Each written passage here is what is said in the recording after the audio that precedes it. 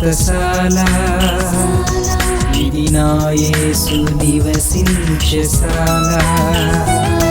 దేవునికి వందనాలు, అయ్యగారికి అమ్మగారికి వందనాలు. నా పేరు సరిత, మాది దేవురే. నా సాక్ష్యం ఏంటంటే, నాకు హెల్త్ విషయంలో ప్రెగ్నెంట్గా ఉన్నప్పుడు హెల్త్ విషయం బాగాలేక అమ్మగారితో ప్రార్థన చేయించుకున్నాను. దేవుడు అన్ని నార్మల్ రిపోర్ట్స్ వచ్చేలాగా దేవుడు కృప చూపించాడు. అలాగే నా కుమారునికి 25th డిసెంబర్న చైన్ వేసినాం గోల్డ్ది. అది తీసి మా ఆయన చేతికి ఇచ్చినాడు, తిరిగి తను నాకే ఇచ్చినాడు. నేను ఎక్కడ పెట్టినాను అనేది గుర్తు లేదనమాట. ఇద్దరి మధ్యలో అంటే ఏం గొడవలు రాలేదు, కానీ ఎక్కడుందో అన్నది కన్ఫ్యూజన్.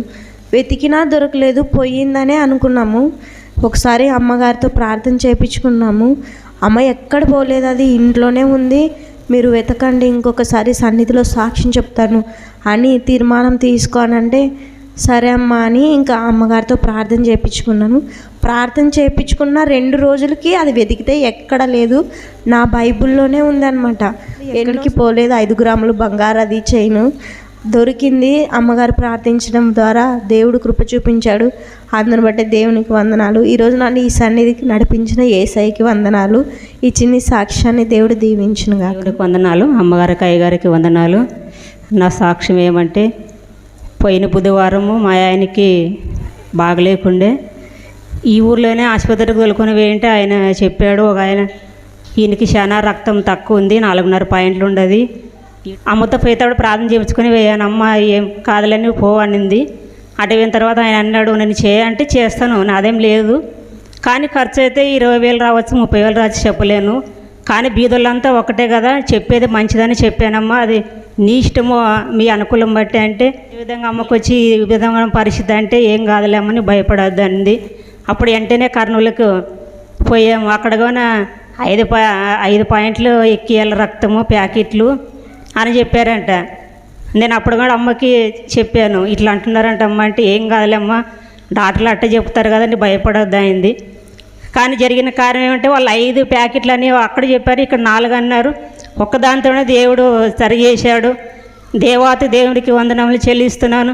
అదేవిధంగా బుధవారం మొదలుకొని సోమవారం వరకు అక్కడే ఉన్నాను. 3 రోజులు ఉపాస ప్రార్థన ఉంది. నేను అనుకున్నాను, ఏం తండ్రి ఎక్కడోళ్ళల్లో వచ్చి సన్నలో ఉపాస ప్రార్థనలో ఉంటే నేను ఆడ ఉండే తప్పించుకునే అవకాశం సైతాన్ని కలిగిస్తుందేమని నేను ప్రతిదినం బాధపడ్డాను. అనే దినం కూడా అమ్మతో ప్రార్థన చేయించాను. అమ్మ నేను త్వరగా వస్తట్లుగా ప్రార్థన చేయాలని అడిగాను. అమ్మ అంది, నువ్వు అందరిలోకి ఎందుకు భయపడతావమ్మా అన్నారు. పక్కన వాళ్ళు అన్నారు, మేము వచ్చి 20 రోజులైంది, 10 రోజులైంది, 15 రోజులైంది, ఇంకా పంపించలేదని వాళ్ళు బాధపడుతున్నారు. వాళ్ళ బాధను బట్టి నేను కానీ ఆలోచించాను. కానీ ఆసుపత్రికి పోతే తొందరగా రారు కదని నా భయం మాకు ఎక్కింది. అమ్మాయింది, వాళ్ళక్క నీకు జరగదులే, నువ్వు ఎందుకు టెన్షన్ పడతావు, నువ్వు ఖచ్చితంగా ఉపాస ప్రార్థనలో ఉంటావు అని అమ్మ చెప్పినట్లే నేను ఒక్క రోజైనా గడపాలని ఆశపడ్డాను. కానీ దేవుడు అమ్మ ప్రార్థన, నా బాధను ఆలకించి 2 నెలలు ఉపాస ప్రార్థనలో గడిపే కృపనిచ్చాడు.